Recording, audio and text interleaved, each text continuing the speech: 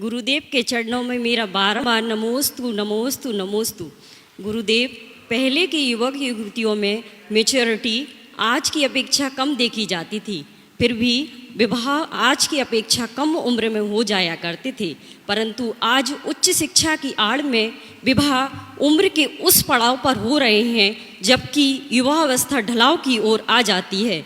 तो गुरुदेव, इसके कई दुष्प्रभाव सामाजिक जीवन में उपस्थित हो रहे हैं।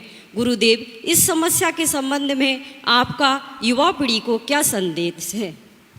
मैंने अनेक बार इस विषय में प्रकाश डाला है। विवाह के संदर्भ में आजकल काफी विलंब होने लगा है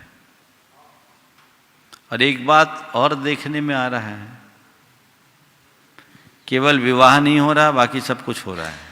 ये भी बात है लेकिन सच है। हमारे शास्त्रों के अनुसार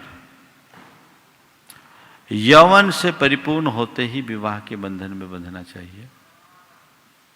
भारत सरकार के नियमानुसार कन्या के लिए 18 वर्ष और वर के लिए 21 वर्ष निश्चित किए हैं। ये विवाह के लिए पर्याप्त है, लेकिन आजकल पढ़ाई लिखाई का जो चलन बढ़ गया है, उस चलन के कारण 25 साल के पहले तो विवाह की कोई बात ही नहीं सोचते। पहले पढ़ाएंगे, 22-23 साल तक पूरी पढ़ाई करेंगे, फिर जॉब करेंगे, फिर विवाह की बात करेंगे। तो 25, 28, 30, 32 साल हो जाते हैं। इसके दो बड़े दुष्परिणाम हैं। पहला तो ये कि 25 वर्ष की उम्र के बाद जब मन परिपक्व हो जाता है तो एक दूसरे में ढलने में बड़ी कठिनाई होती है। हर बात में ईगो क्लैश होता है। विवाह कन्या से होना चाहिए और कन्या तो 18-20 साल तक ही होती है, 21 साल 22 साल, 25 साल में तो परिपक्व युवती बन जाती है। पहले 18-20 साल की उम्र में किसी का विवाह हो जाता था तो वो उस घर में जाकर पूरी तरह ढल जाती थी।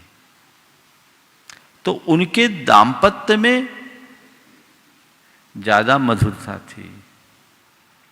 अब अधिक उम्र के बाद विवाह होने से ये चीजें देखने में आ रही हैं कि विवाह के बाद विवाद जारी रहते हैं और आजकल तलाक के केसेस जो बढ़ रहे हैं, ये एक बहुत चिंतनीय पहलू है। दूसरी बात, विलंब से विवाह होने के कारण संतानोत्पत्ति के लिए, इशूज के लिए डॉक्टरों के आगे लाइन लगाना पड़ता है। पहले आपने नहीं सुना होगा कि किसी महिला को प्रेगनेंसी के टाइम में बेड रेस्ट रखना पड़ता हो। आजकल कंप्लीट बेड रेस्ट वाले ज्यादा मिलते हैं, हो रहा है ना? 90%। ये सब क्यों? यह भी बहुत बड़ी चर्चा का विषय बना हुआ है। लेट मैरिज के होने वाले दुष्परिणामों पर लोग गंभीरता से चर्चा कर रहे हैं। इस पर विचार करना चाहिए। तीसरी बात इसके साथ जुड़ी हुई ये है कि ज़्यादा पढ़ लिख जाने के बाद बराबरी का संबंध नहीं मिल पाता। मेरे संपर्क में ऐसे कई बड़े घराने के लोग हैं जिनके घर की बेटियां और कुछ के बेटे 34-34 साल के हो गए हैं, लेकिन उनके लायक लड़का नहीं मिल रहा है, क्योंकि इतना पढ़ा दिया है कि अब उसे समझा पाना भी मुश्किल है। बड़ी कठिनाइयां है। तो क्या महाराज फिर पढ़ाई रोक दी जाए? मेरा ये मानना है कि विवाह के बाद भी तो पढ़ाई की जा सकती है।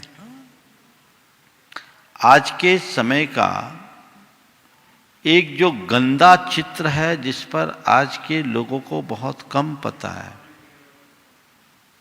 मैं यहां उपस्थित लड़कियों से पूछता हूं, अपना नाम बताओ। अतिका जैन। कहाँ पढ़ती हो? जबलपुर में। कौन सी क्लास में हो? 3rd year.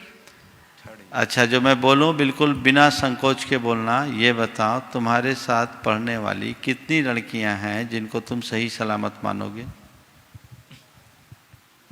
1%। एक अपने आप को बचाया इसने। नहीं। चलो ठीक है, तुम आओ, बहुत अच्छा है। ये तो खैर संस्कारित है भी। चलिए, तुम अपना नाम बताओ। अदिति जैन। ये अदिति, हाँ बोलो, कहाँ पढ़ रही हो? इंदौर। सर, तुमसे भी वही सवाल करता हूँ, तुम जिनको जानती हो तुम्हारे साथ पढ़ने वाली लड़कियों में कितने % लड़कियाँ सही होगी? काफी कम। फिर भी परसेंटेज में? 2-3%। चलो, ये आज का चरित्र है, एक तस्वीर है। ये विकृतियां बहुत तेजी से हो रही है, बढ़ रही है। अगर बोलूं तो रोज अफेयर, रोज ब्रेकअप, यही चलता है कि नहीं चलता? बोलो। अन्य प्रकार के अनाचार बहुत तेजी से, केवल लड़कियों में नहीं, लड़के भी कम नहीं है, लड़कों का भी हाल ज्यादा। अब चूंकि लड़के यहां बैठे नहीं उस उम्र के, इसलिए मैंने खड़ा नहीं किया। लेकिन ये समाज की एक विकृत तस्वीर है।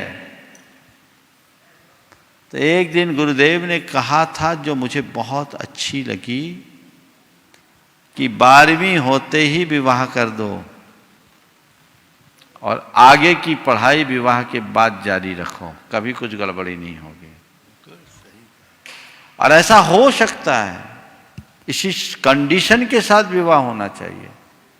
मैं ऐसे अनेक महिलाओं को जानता हूं जिन्होंने विवाह के उपरांत ग्रेजुएशन किया, LLB किया, हाई कोर्ट की जज बनी, डॉक्टर विमला जी अब रिटायर हो गई, IAS बनी विवाह के बाद, सारी पढ़ाई की विवाह के बाद। तो ये घर परिवार में भी ऐसा वातावरण मिलना चाहिए कि अगर किसी का विवाह हो गया है तो भी उसे पढ़ाई का अवसर दिया जा सके। मैं मानता हूं मेरी बात को, लोग बहुत पीछे की बात कहेंगे, हो सकता है कुछ लोग उल्टे पुल्टे कमेंट भी करें, लेकिन मुझे लगता है कि यही समय है यौवन अवस्था में यौवन संबंधी जो फीलिंग्स है वो आती हैं, इच्छाएं भावनाएं पनपती हैं, और जब उसकी पूर्ति नहीं हो पाती तो व्यक्ति कहीं न कहीं भटकता है। यदि ऐसे समय में विवाह की व्यवस्था हो जाए और अपने जीवन को बनाने के लिए आगे पढ़ाई लिखाई की व्यवस्था की जाए, तो मैं समझता हूं इसमें चरित्र भी सुरक्षित रहेगा और भविष्य भी। आज लोग केवल भविष्य की सुरक्षा की बात करते हैं, चरित्र को क्यों भुला के रखे हैं? हमें चरित्र को सुरक्षित रखना है, भविष्य अपने आप सुरक्षित होगा।